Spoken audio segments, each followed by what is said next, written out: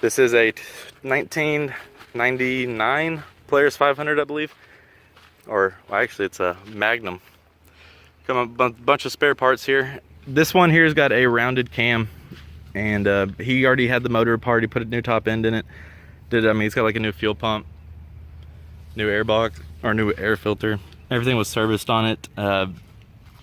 It was kind of like an all or nothing deal. I tried to get just the 800, but it was an all or nothing. So, you know, I have no plans for this. It's got a new carburetor. Also let me keep the other stock one.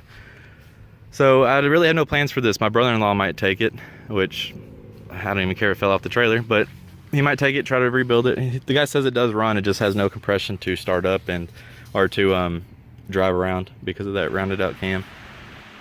What's going on, guys? This here is the outcome of that Magnum 500 that I got alongside the Sportsman right here.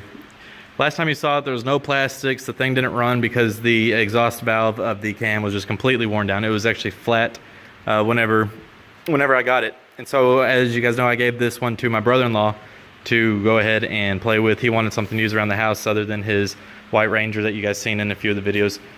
I bought him the top end kit, the cam, kind of little parts and pieces here and there to get it going. And this is basically what it turned into, which is just two you guys all back together. But like I said, it's got a cam.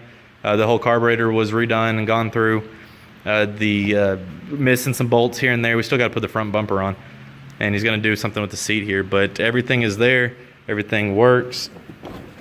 The thing it did actually run fine. It just wouldn't go because there was no compression release on it. So, but yeah, here's a little startup of it. The older Magnums here, you got to start it up by this. Now what do you do?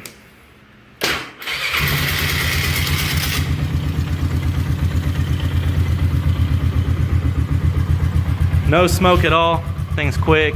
We're probably gonna put a rear spring spacer in it just because it is pretty saggy, but so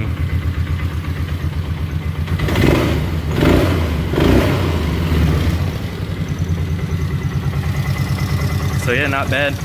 Put like a new boot on the shifter there. Changed all the fluids in it. Added a vent line, but not bad for free. And the four-wheel drive all worked, so not bad. It's got a new air filter in there.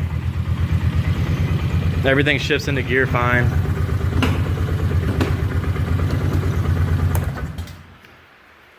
But yeah, just kind of wanted to give a little update and kind of show you what this thing turned into from what it was, and it's benefiting my brother-in-law.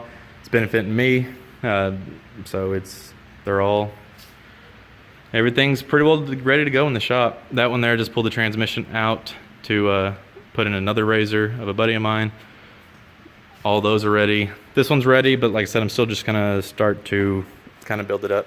The only thing we have done, put underglows on these. Kevin got the red ones. Installed both of those. Just waiting on boots for the switches because can't have the silver even though they are, you can kind of see the seal in there. Those are the big box switches that are 25 amp or so. But yeah, that's all that's really going on in here. Thank you guys for watching, and what you think about the other free. So this one was free, that one was free, that one was cheap, that one was cheap, and look what we got. Ready to go, shop full of Polaris's. Okay, so after a few little whacks with the 5-pound, we straighten up the rack and put the front bumper on. Just want to throw that out there. Makes it look like brand new.